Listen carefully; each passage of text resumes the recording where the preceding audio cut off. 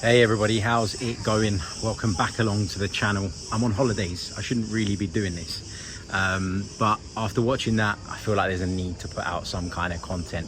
If you're an audio listener, there won't be an episode, but if you are purely a YouTube subscriber, then of course you'll be able to get access to this video.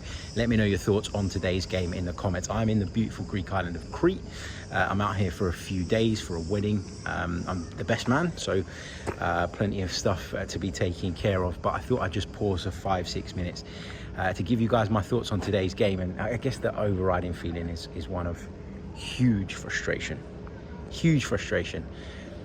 Sloppy start to the game. Bukayo Saka gives the ball away really sloppily, and in that moment I think we saw straight away what the flaws are, or one of the main flaws is, of this system that Mikel Arteta wants to play, putting Thomas Partey at right back, who's always going to drift inside. And I know you can argue that it's the same when we play with Zinchenko from the other side and all the rest of it, but whatever the option is, whoever it is that you choose to play that role, if you have that inverted fullback, there's a chance that when you give the ball away, you're going to leave yourself in a vulnerable position and you can be exposed pretty easily. And that's what happened to Arsenal, unfortunately, with the first goal. Caught cold a little bit as well, but you know, I think we're the first team to ever concede 3 goals within a minute in a calendar year, which isn't a record that you want. So it does show that despite the fact that we do get going in games sometimes and we're really up for it, and that the fight's there, and that the Emirates Stadium is a far better place to play football now than it was years ago, there is still that element of us getting caught cold at times.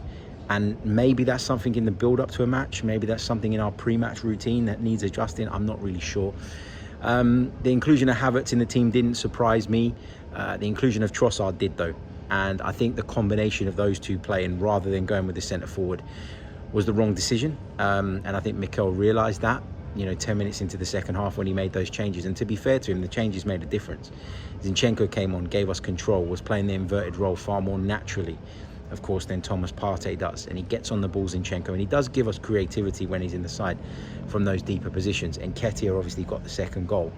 Fabio Vieira making a real impact with his contribution, winning the penalty, being really clever there as well, because he takes that extra touch, doesn't he, to just get away from the man and just draw in the challenge, which was really positive. And really good from him. And then obviously the pass for Eddie Nketiah's goal is superb. And when you get to that point at 2-1 where you're winning the game after conceding a goal in the first minute, after missing all the chances that we did, after it feeling along the way as if it was just going to be one of those days, to then end up conceding an equaliser to 10-man Fulham the way we did is really frustrating and really annoying. And I think, we can take some positives from this game, but overall it's got to be a negative. You've got to ask questions, I think, of Mikel Arteta, of this system that he wants to play, of what it means for us as a team, of, is it worth having the extra control that we seem to do, at least in terms of possession, for what it gives us in terms of vulnerabilities when we're talking about defensively? Were we better when we looked like a more balanced side when Zinchenko came back on? There's so many questions to be asked. I think the positives are the obvious ones, right? Eddie Nketiah coming on, having an impact, scoring a really good goal, really well taken goal, brilliant finish from him.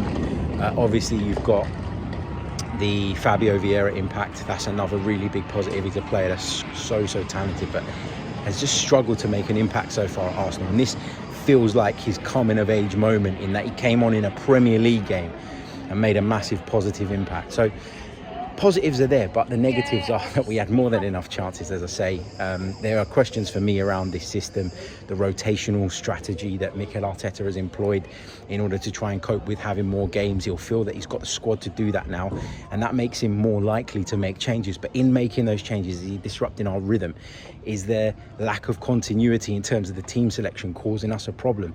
Why wasn't Gabriel in the side again? There's loads and loads to discuss, and I'm not going to do a full episode here because, as I say, I'm on holiday, but I just wanted to get some thoughts out to you after this one, because I feel it was worth talking about. So Arsenal held to a 2-2 draw, and the problem is when you're playing against a side like Manchester City in terms of trying to win the title, you feel like every dropped point could have huge significance. In a normal season, going up against anybody else, I'd look at that and go, look, it was an off day, it wasn't our day, but we managed to pick up a point, we didn't lose the game. But having got ourselves in front, to then concede a goal from a set piece that was so soft. And I think Bukayo Saka, I know he converted the penalty today, but obviously he let us down He let us down for me with the pass early on in the game. It was sloppy. Just play safe at that point in the game. I know, again, I've talked about the fact that the system exposes us to that possibility, but still play it safe. Take better care of the ball. Missed a good chance from a header in the first half as well, which was obviously unlike him in terms of his finishing abilities and capabilities. So that needed to be better. But then as well, he's just... I think from the set piece where we're defending, he's got to do more. I've watched it back a few times now, and he sort of seems to half make a challenge towards the ball and then sort of bottles actually going in full throttle with the attacker, who was Paulinho at the time. And then he kind of stands there and puts his arms up as if to say, well, who was marking him? Well, mate, you should have been closing down that space.